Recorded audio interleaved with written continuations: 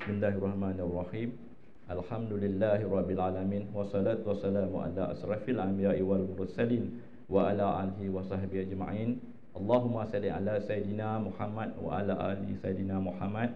Yang berusaha berisan ahli panel hakim, pegawai SFP partner, barisan, guru besar dan pengetua serta staf yang bertugas pada hari ini. Alhamdulillah, pada pagi ini saya Cik Rosli bin Ismail, pengetua SMK Bandar Baru Darul Aman, akan membuat pembentangan prime untuk sekolah saya. Jadi pertama sekali saya mengucapkan syukurlah kerana saya diberi kesempatan untuk membentangkan prime untuk tahun ini. Jadi tajuk prime yang saya pilih adalah Kesuma Budiman. Nanti saya akan terangkan apa maksud di sebalik Kesuma Budiman itu.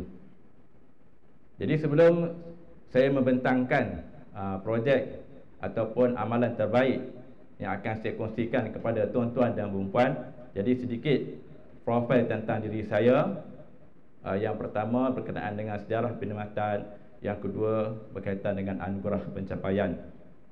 Jadi saya bermula bertugas di Sekolah Menengah Sains Teruk Intan pada tahun 1994 sehingga tahun 2001. Seterusnya saya bertukar ke Kedah dan bertugas di SMK Tengku Bendahara bermula pada tahun 2002 sehingga 2015. Di situlah saya menjawat jawatan PK Koko. Kemudian saya berpindah ke SMK Chamlun 2015 hingga 2018 sebagai PKM. Kemudian ke Megat Dewa, SMK Megat Dewa 2018 hingga 2020 sebagai PKM dan juga penolong kanan pentadbiran, dan seterusnya. Pada tahun 2023 saya bertugas sebagai pengetua di SMK Bandar Baru Darul Aman. Jadi alhamdulillah sepanjang 31 saya berkhidmat, saya telah dianugerahkan 4 kali anugerah perkhidmatan cemerlang di sekolah yang berbeza dan jawatan yang berbeza. Jadi berikut adalah enrolment Sekolah Menengah Bandar Baru Darul Aman, seramai 1,462 orang. Kemudian untuk bilangan guru pula seramai 108 orang.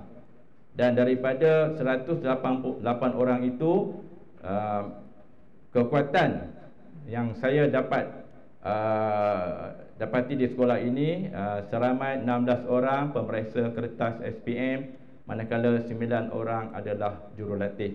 Jadi saya nyatakan perkara ini sebab dalam projek Kesuma Budiman saya melihat kekuatan yang ada pada guru dan pelajar saya gunakan untuk menaikkan grade purata sekolah. Okey, Kesuma Budiman ini adalah satu program kecemerlangan akademik kepada 50 orang murid terpilih untuk mencapai keputusan 6A ke atas dalam peperiksaan SPM 2024. Murid-murid yang dipilih adalah berdasarkan pencapaian dan data high count tingkatan 4 peperiksaan pertengahan tahun pada tahun 2023. Jadi ini maksud Kesuma Budiman. Maksud dalam Kamus Dewan edisi keempat, Kesuma adalah pemuda dan pemudi dalam sesuatu bangsa yang rupawan, elok paras rupanya. Kemudian Budiman itu adalah panggilan khas untuk warga sekolah menengah kebangsaan Bandar Baru Darul Aman. Budiman juga membawa maksud orang yang sangat berbudi bahasa, berakal, pandai lagi bijaksana. Jadi bertepatanlah dengan moto sekolah menengah Bandar Baru Darul Aman, kualiti sepanjang masa. Jadi saya singkatkan kepada Kesuma. Okey. Baik, seterusnya inovasi dan amalan terbaik dari segi kepimpinan dan pengurusan. Program ini saya laksanakan setelah saya melihat adanya isu untuk memimpin kesegeraan perubahan dalam bidang akademik. Jadi apa yang saya perlu lihat kesegeraan itu adalah bilangan murid cemerlang 6A ke atas dalam peperiksaan 2023 perlu ditambahkan untuk memastikan JPS peperiksaan SPM 2024 meningkat. Jadi perkara ini saya lihat berdasarkan kepada data headcount peratus murid cemerlang di SMK Bandar Baru Darul Aman perlu dipertingkatkan segera. Jadi saya perlu menyegerakan perubahan dalam bidang akademik kerana SMK Bandar Baru Darul Aman adalah salah satu sekolah yang menjadi sasaran ataupun target PPD untuk menaikkan GP di peringkat daerah. Okey, ini adalah headcount peratus murid cemerlang di SMK Bandar Baru Darul Aman yang perlu dipertingkatkan dengan segera. Jadi yang saya birukan itu adalah sasaran, kumpulan sasaran yang perlu saya laksanakan program Kesuma Budiman. Bermula pada tahun 2022, bilangan yang mendapat semua A 3 orang, kemudian yang mendapat 6A ke atas 33 orang. Jadi jumlah dia 36 orang lah. Kemudian beralih pada tahun 2023, seramai 6 orang mendapat straight A, manakala 41 orang mendapat 6A ke atas. Jadi jumlah dia 47 orang. Manakala pada tahun 2024, seramai 13 orang mendapat straight A dan 35 orang mendapat 6A. Jadi berdasarkan perkara inilah 2023 tu saya lihat perlunya kesegeraan untuk saya membawa barisan pengurusan dan guru-guru saya berubah untuk mencapai grade purata sekolah yang lebih baik pada tahun 2024. Okey. Jadi semasa saya melakukan perancangan ini, saya menggunakan model John Cotter meneroji perubahan dalam 3 fasa. Jadi yang pertama, mewujudkan iklim untuk berubah. Yang kedua, melibatkan dan mengupayakan organisasi. Dan yang ketiga, melaksanakan dan melestarikan perubahan. Jadi semasa melaksanakan program ini juga, saya menggunakan konsep PDCA untuk merangka semua program-program dalam Kesuma Budiman. Jadi untuk strategi pelaksanaan yang pertama, perbincangan analisis persekitaran. Jadi saya menggunakan analisis SWOT untuk melihat apakah kekuatan, apakah cabaran, apakah peluang, apakah halangan, bersama dengan bermula dengan barisan pengurusan. Sebab program Kesuma Budiman ini adalah untuk seluruh warga Budiman. Maknanya sebelum sesuatu program ini dilaksanakan, pihak pengurusan kena tahu apakah yang perlu kita buatkan. Kemudian kita turunkan kepada barisan guru kanan, seterusnya kepada KP-KP. Jadi ini adalah sesi-sesi mesyuarat yang kami laksanakan untuk nak memastikan kesegeraan ini dapat dilakukan dengan cepat. Okey, setelah perbincangan itu dilakukan, maka strategi yang seterusnya membentuk pasukan yang kuat dalam kalangan pengurusan dan guru untuk merealisasikan perubahan. Jadi kita perlu memberi kefahaman kepada semua guru supaya kita boleh mencipta visi untuk berubah. Ada kalanya kita cuma berada di peringkat atasan tapi guru-guru di bawah tidak faham. Jadi semua guru dilibatkan dan semua guru perlu faham tentang visi perubahan yang perlu kita laksanakan di sekolah.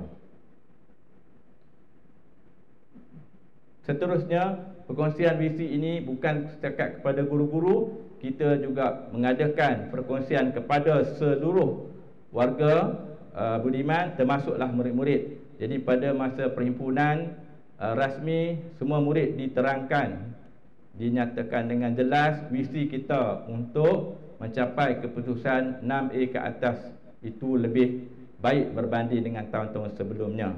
Jadi program-program yang kita rancangkan ke arah kecemerlangan kepada murid-murid sasaran kita laksanakan dengan segera dan kita beritahu kepada mereka.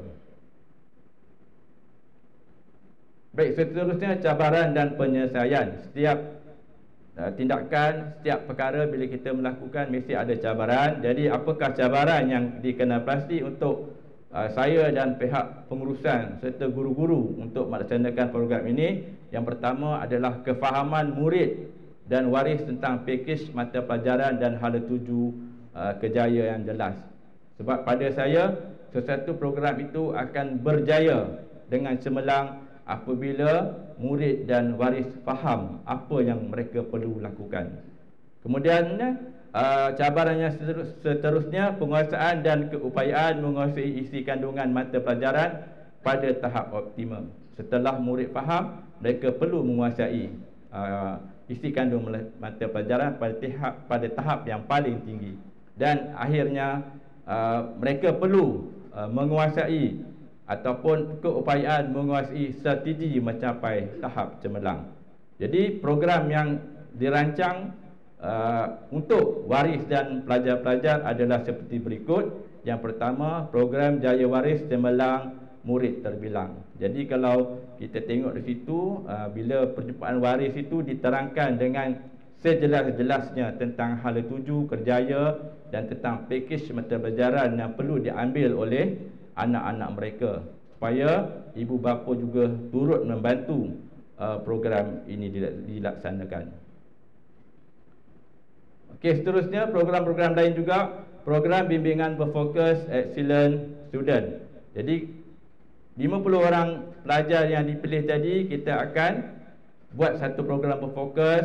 Pada masa yang sama, ibu bapa juga dilibatkan. Jadi mereka faham anak-anak mereka yang dipilih tadi akan dibimbing secara berfokus, khusus untuk program kecemerlangan sekolah. Okey? Dan tidak lupa juga, setelah kita adakan program itu pada peringkat awal, selalunya sekolah akan buat bacaan Yasin ini pada saat-saat terakhir menjelang peperiksaan, tapi kita buat pada peringkat awal supaya semua program yang kita rancangkan itu akan mendapat keberkatan daripada peringkat awal lagi. Dan 2 kali bacaan Yasin dilaksanakan, iaitu pada awal tahun dan juga pada akhir tahun menjelangnya peperiksaan. Okey, ini program-program yang seperti biasanya kita lakukan. Program skor A+. Jadi 50 orang pelajar tadi terlibat dengan program A+ inilah. Dan untuk makluman tuan-tuan dan puan-puan, sebenarnya kami tidak mengenepikan, tidak meninggalkan program-program untuk kelas-kelas yang lain, untuk pelajar-pelajar yang lain. Tapi ini adalah khusus untuk Kesuma Budiman, pelajar 50 orang pelajar yang terpilih tadi sahaja. Jadi kita buat special untuk mereka. Okey, ini program perkampungan akademik berimpak tinggi. Kebanyakan sekolah memang melaksanakan program akademik, tapi di sini pihak sekolah melaksanakan program akademik berimpak tinggi ini. Maksudnya kita memilih tenaga-tenaga penceramah yang mempunyai kepakaran yang hebatlah, sama ada jurulatih utama, pengubah soalan, pemeriksa kertas, ketua pasukan. Sebab tu kita katakan berimpak tinggi. Maknanya bila kita buat program, impak dia akan memberikan kesan yang sangat positif, sangat optimum. Okey, ini sijil-sijil penghargaan yang kita tunjukkan kepada pelajar, kepada guru, sebagai motivasi kepada mereka. Kadang-kadang kita lihat sekolah kita mempunyai sejarah yang hebat, tapi tidak diberitahu kepada seluruh warga sekolah. Jadi bila kita tunjukkan ini, menjadi satu suntikan dan motivasi kepada mereka. Okey, ini peratus keberhasilan. Setelah kami melaksanakan program Kesuma Budiman dan hasilnya pada peperiksaan SPM 2024, seramai 13 orang telah mendapat straight A dan 33 orang mendapat 6A ke atas. Ini beberapa gambar lah yang saya ambil. Sebenarnya kalau nak ambil terlalu banyak, jadi saya ambil apa orang kata evidence yang menunjukkan program yang dilaksanakan berjaya menghasilkan pelajar-pelajar yang cemerlang. Kemudian ini adalah graf untuk menunjukkan pencapaian daripada tahun 2021 sehingga 2024, peningkatan peratus semua A, ya. Jadi yang saya kata tadilah yang telah saya bentangkan daripada 6 kepada 12. Okey, yang ini juga peratus keberhasilan. Okey, ini potensi menjadi amalan dan budaya. Setelah kita melihat pelbagai kejayaan yang telah kita capai tadi, jadi kita meneruskan program-program yang sebelum ini kita buat. Contohnya perkampungan akademik SPN fasa 1 2025. Jadi kita lihat 2024 berjaya, kita teruskan program-program tersebut. Okey, ini penghargaan kepada pelajar, kita teruskan. Kemudian majlis penetapan target untuk baris cemerlang tadi kita teruskan juga, sebab kita lihat program itu sangat berkesan kerana memberi kesedaran dan kefahaman yang tinggi kepada ibu bapa. Dan yang ini penceramah pakar. Dalam perkampungan akademik tadi saya telah nyatakan kita mencari penceramah-penceramah yang pakar untuk membantu anak-anak kita mencapai kecemerlangan akademik. Dan seterusnya tidak dilupakan, kita akan memberi CJ penghargaan dan cenderamata kepada orang yang berbudi kepada kita. Penceramah-penceramah ini kita beri CJ penghargaan, dan pada tahun ini tidak ada masalah. Mereka bertanya lagi bila nak buat, dan mereka lihat apa yang mereka lakukan tahun lepas berjaya menghasilkan pelajar-pelajar yang cemerlang. Dan akhir sekali, sebagai rumusannya, saya melihat program Kusuma Budiman ini memberikan impak yang sangat positif, kerana apa yang telah dirancangkan oleh pihak pengurusan, guru-guru dan seluruh warga Budiman mencapai sebagaimana yang diharapkan. Oleh itu, tidak keterlaluan saya ingin mengatakan bahawa pada tahun ini sekolah menengah Bandar Baru Darul Aman akan mempertingkatkan lagi, menambah gandakan usaha apa yang telah kita lakukan dalam program Kusuma Budiman 1, dan mungkin kita akan tukar ataupun kita namakan program Kusuma 2, kerana hasil yang kita lihat sangat-sangat berkesan. Sekian, itu saja daripada saya. Assalamualaikum warahmatullahi wabarakatuh.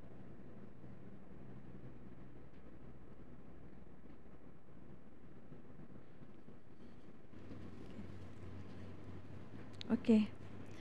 Assalamualaikum warahmatullahi wabarakatuh. Waalaikumsalam. Okey, tahniah pada Cikgu Rosli, Pengetua SMK Bandar Baru Darul Aman atas pembentangan Kusuma Budiman.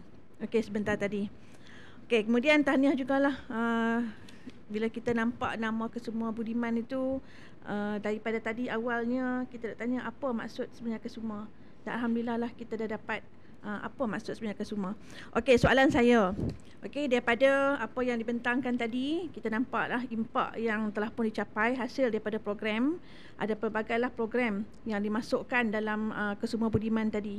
Okey, jadi daripada pelbagai program tersebut, saya nak tanya kepada Tuan, boleh tak Tuan bagi 2 program yang betul-betul memberi impak?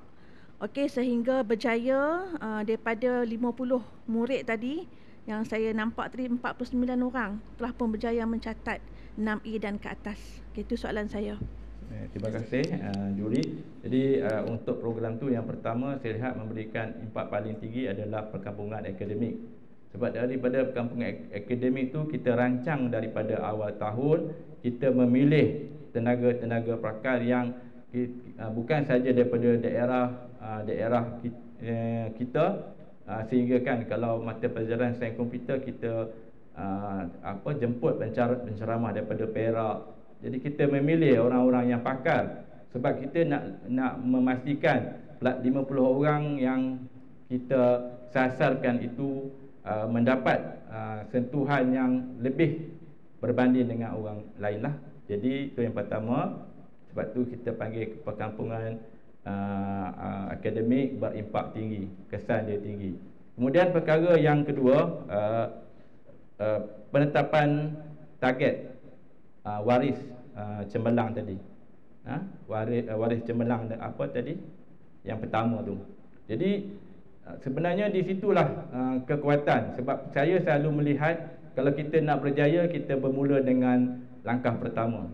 Kalau waris tidak faham anak mereka berada dalam sasaran itu, waris tidak faham anak-anak mereka mengambil package apa, jadi susah kita nak memastikan program-program yang kita laksanakan itu berjaya. Waris kena faham dan pelajar yang kita sasarkan itu juga kena faham tanggungjawab mereka adalah sangat berat untuk memastikan mereka kekal dalam 50 orang pelajar yang disasarkan. Jadi saya terlupa nak menyebut, daripada 58 itu 48 orang masuk dalam sasaran itu. Jadi ada 2 orang saja yang tak masuklah. Jadi pada saya, kita menyasarkan 20% yang dapat 6A ke atas, kita dapat 19.5, maksudnya hampir. Dan pada tahun ini insya-Allah kita akan menyasarkan lebih sedikit. Kalau dulu 50, tahun ini kita akan menyasarkan 55 orang. Jadi 2 program itulah. Awal tu waris kena faham, yang kedua kita jemput tenaga-tenaga pakar untuk memastikan pelajar-pelajar cemerlang ni dapat apa yang sepatutnya. Okey, sama-sama.